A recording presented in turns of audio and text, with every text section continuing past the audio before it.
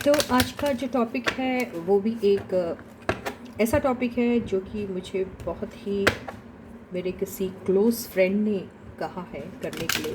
मेरी सहेली है वो, और उन्होंने मुझसे कहा है कि ये टॉपिक ज़रूर लीजिए, तो मैं उनकी खातिर ले रही हूँ टॉपिक। और उनका ये है सवाल कि आप रीडिंग इस सब्जेक्ट पे करिए कि आखिर आपके पर्सन ने आपसे दोस्ती क्यों की, या फिर आपके पर्सन आपकी तरफ अट्रैक्टेड क्यों हुए। ठीक है, तो जब फर्स्ट टाइम आप मिले थे और आपका और उनका जो भी किस्म का एक दूसरे के साथ जो इंट्रोडक्शन हुआ था, और उसके बाद जो आप दोनों दोस्ती में आ गए, तो उसके पीछे क्या रीज़न था।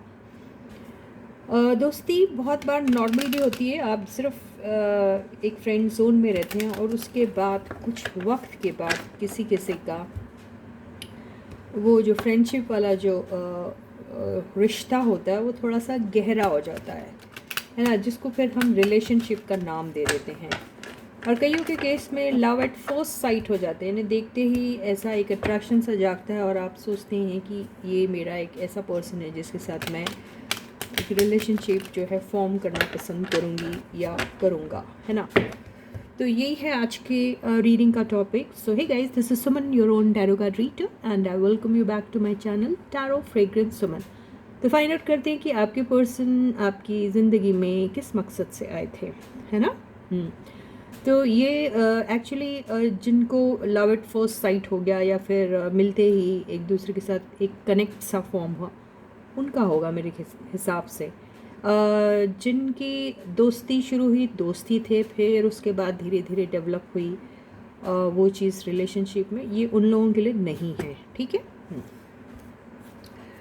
तो yes, before you start watching the reading you need to have the trust and faith in the reader, in the reading, in the universe and also in your selves. So उसी trust और faith के साथ please reading को watch करो।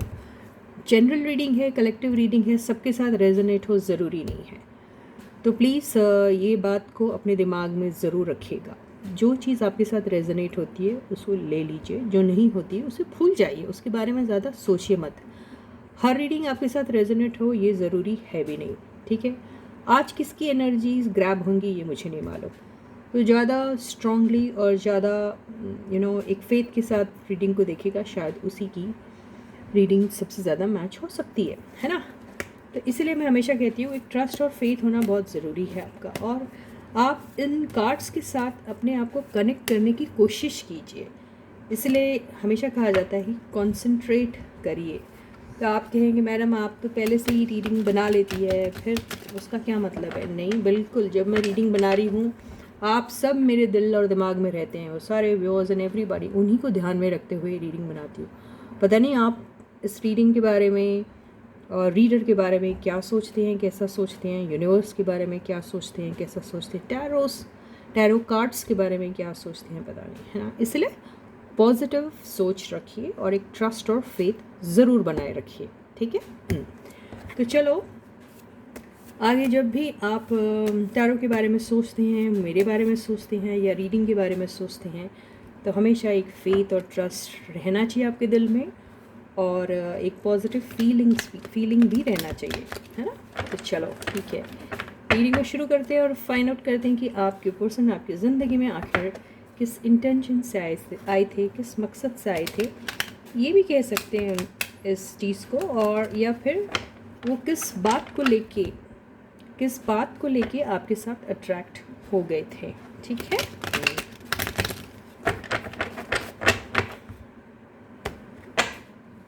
जो बहुत time से दोस्त थे, या फिर उनका रिश्ता ही दोस्ती से शुरू हुआ और फिर धीरे धीरे डेवलप हुआ किसी रिश्ते में या रिलेशनशिप में, उनके लिए नहीं है ये रीडिंग। ठीक है।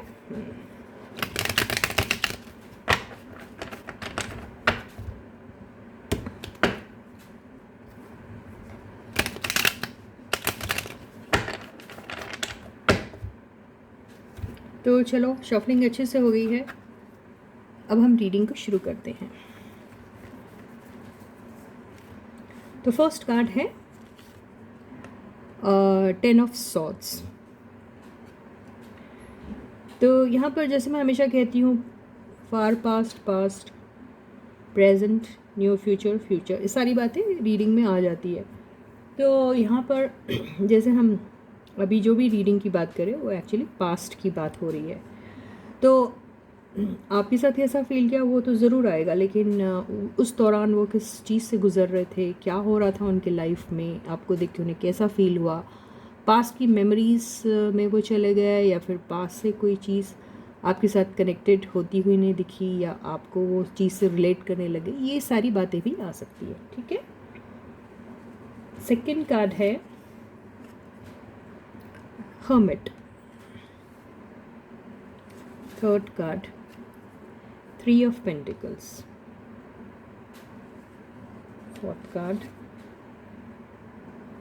the Hierophant.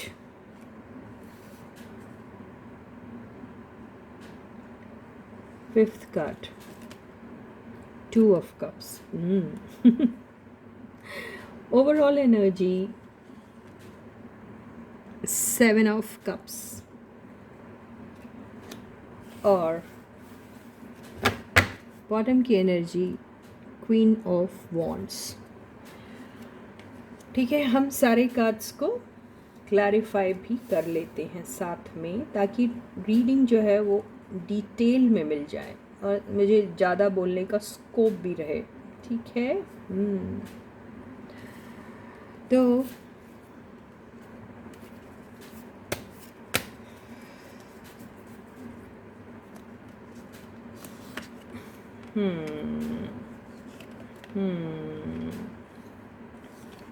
ठीक है यार, समझ में आ रहा है गाइस, ये मैं जो है क्लैरिफिकेशन ले रही हूँ। ठीक है। ओके गाइस, बहुत खूबसूरत। राइट, तो यहाँ पे कार्ड्स ऐसे ही आए हैं। राइट, ठीक है, दिख रहे हैं कार्ड्स।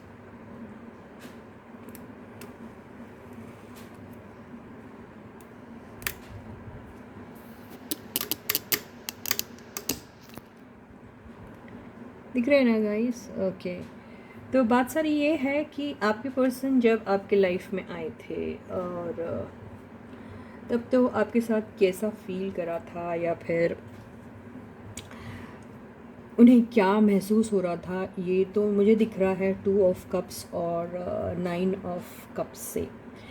तो ऐसा लग रहा था कि उनका एक सपना और एक ख्वाब था कि एक पर्टिकुलर किस्म का इंसान उनके लाइफ में होना चाहिए अगर वो अपने कोई सपने को पूरा करना चाहते हैं जो लव और रिलेशनशिप से है। तो वो एक फीलिंग तो उन्हें ज़रूर आई थी आपको देख के कि आप ही वो एक सपना है उनका, या आप ही वो उनका एक ड्रीम एंड डिज़ायर है जो हमेशा से उनके दिल दिमाग में रहा, और आप ही है जो वो चीज़ पूरी कर सकते हैं उनकी।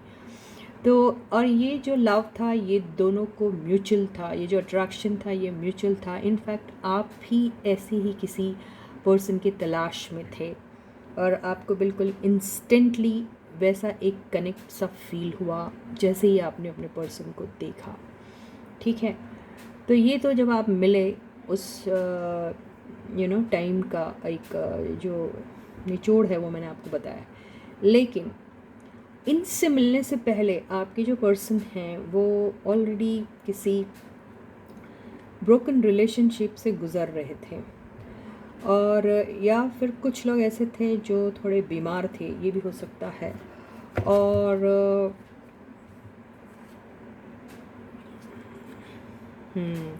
कुछ लोगों की कोई सर्जरी वगैरह हुई होगी, कोई किसी बहुत लंबी बीमारी के बाद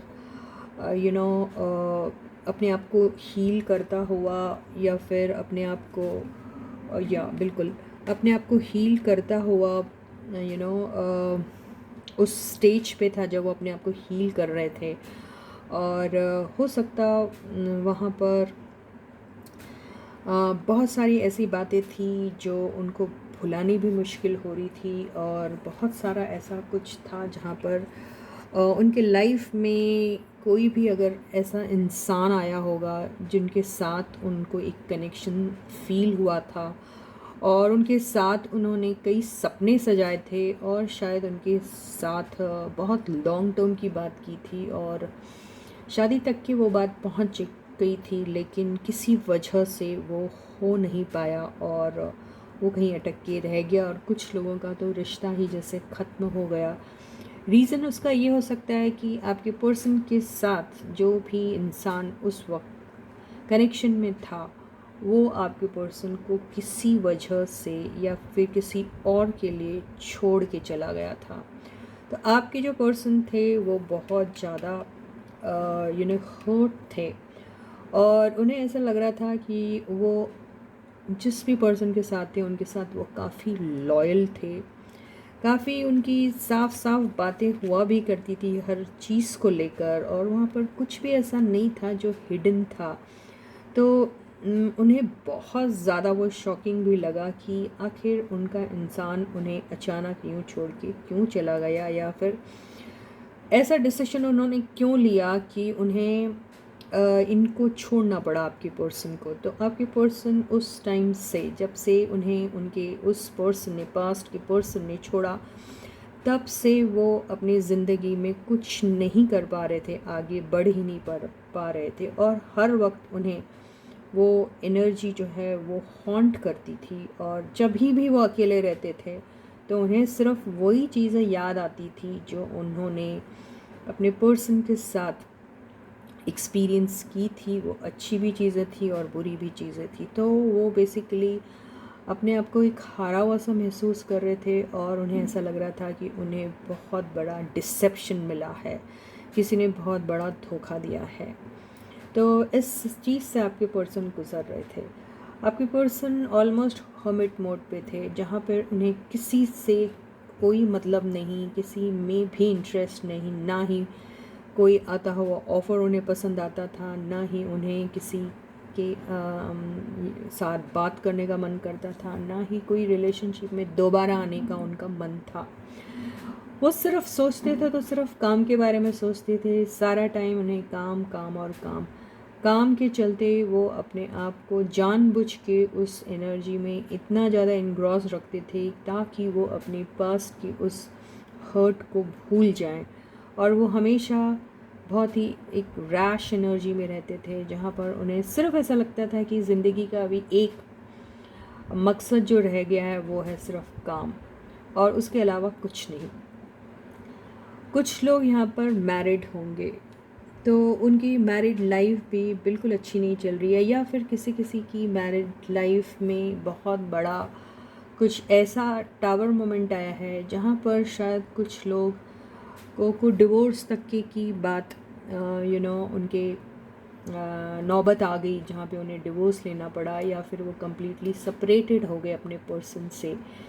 कुछ लोग का ऐसा है कि यहाँ देखिए एक घर दिख रहा है जहाँ पे लोग हैं, फिर ये कार्ड आया एंड देन डिस्ट्रक्शन का। तो अपनी फैमिली मेम्बर्स के साथ अगर वो मैरिड हैं तो, और अगर अनमैरिड भी हैं तो, उनके फैमिली मेम्बर्स के साथ उनकी उतनी अच्छी बॉन्डिंग कुछ टाइम के बाद ख़त्म सी हो गई थी।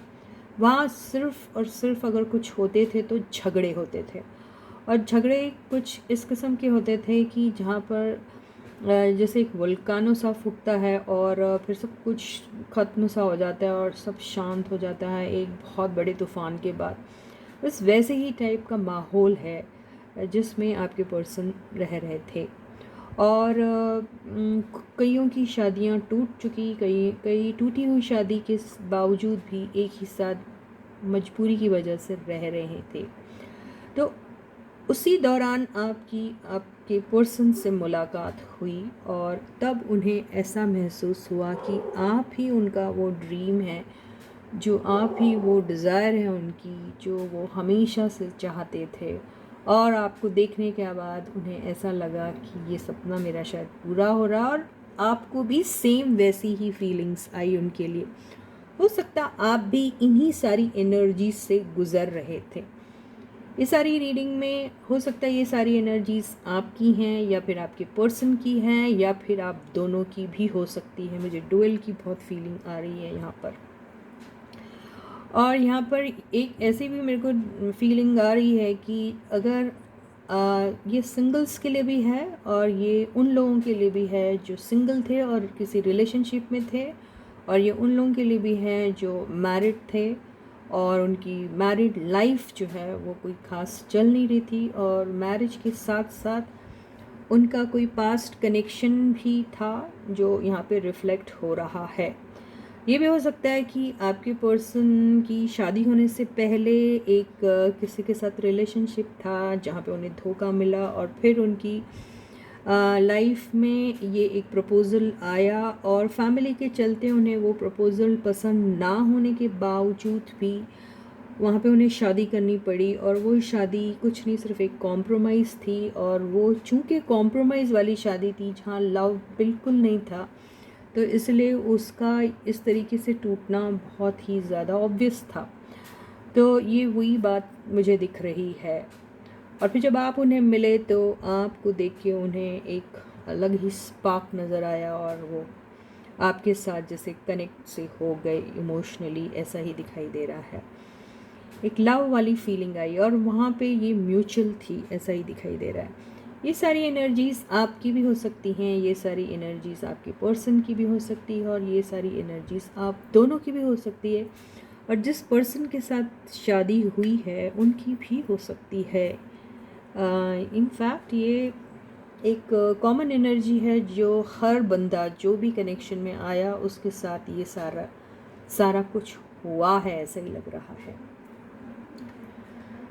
तो आपके पर्सन जब आपके साथ अट्रैक्टेड हुए तो उन्हें ये यहाँ पे जो 7 ऑफ कप्स की बात और ये साथ में जो आया है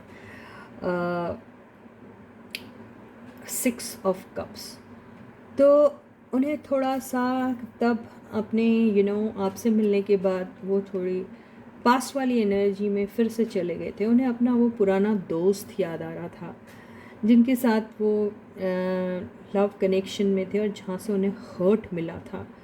तो उन्हें वो सारी बातें एकदम से याद आने लगी और वो सोचने लगे कि ये जो इनके साथ हो रहा है, क्या ये वाकई में एक ऐसा कनेक्शन है जिसे परसू करना चाहिए या नहीं। तो वो थोड़ी कन्फ्यूजन वाली एनर्जी में थे। पहले उन्होंने सोचा कि इसे बिल्कुल एक ऑप्शन की तरह रखा जाए, इन द सेंस कि वो कभी भी किसी एक कमिटमेंट देने के मूड में नहीं थे आपको, लेकिन आपके साथ एक कनेक्ट ज़रूर फील कर रहे थे, आपके साथ खुश हुए आपको देखकर।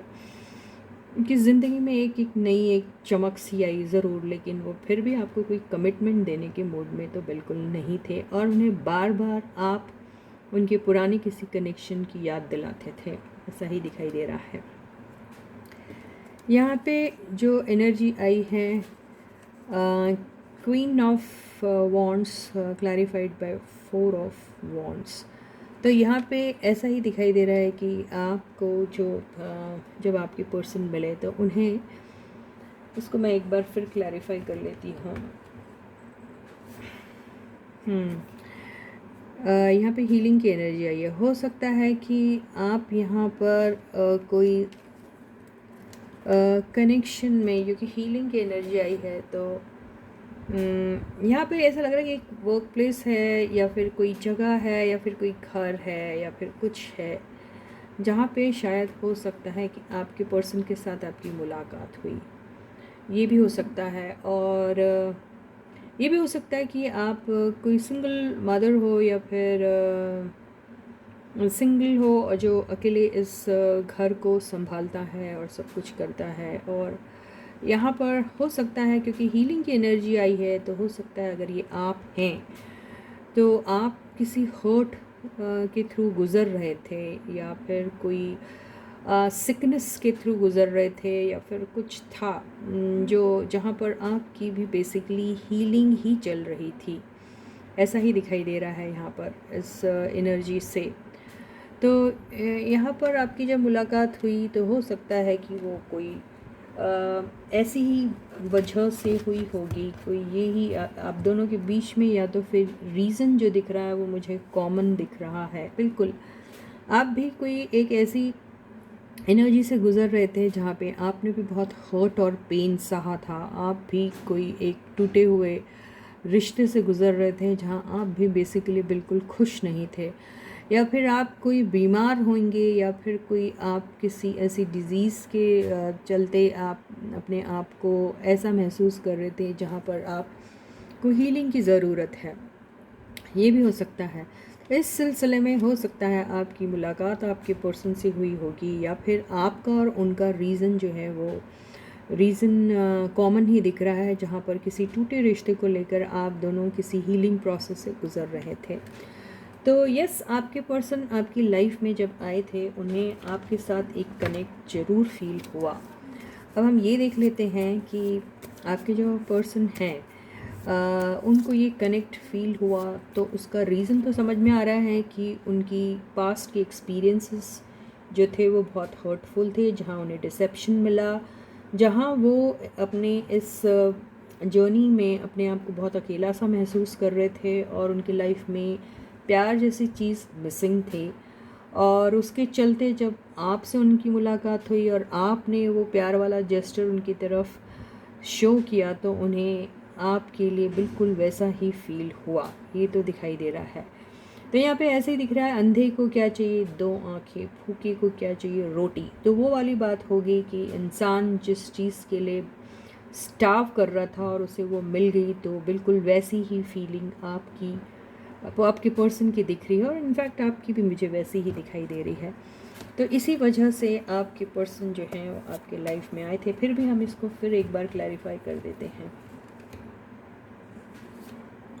बिल्कुल आपके पर्सन आपकी तरफ बहुत ही लविंग टाइप की फीलिंग्स रख रहे थे। उन्हें आपके लिए बहुत ही प्यार, अफेक्शन और कंपैशन जैसा फील हो रहा था। वो आपको बेसिकली एक इमोशनल सपोर्ट देने के बारे में और रिसीव करने के बारे में सोच रहे थे। आप उनका इंटेंशन आपकी तरफ बिल्कुल कुछ नहीं, सिर्फ और सिर्फ था तो आपको एक इमोशनल सपोर्ट देने का था। ये इंसान जो प्यार का कप लेके बैठा है, ये कोई लव और लस्ट से वाला नहीं दिख रहा। ये एक कंपैशन और एक अफेक्शन और एक केयर और किसी की फ़िक्र करना वाली जो बात होती है, वो वाला लव अफेक्शन दिख रहा है इसमें।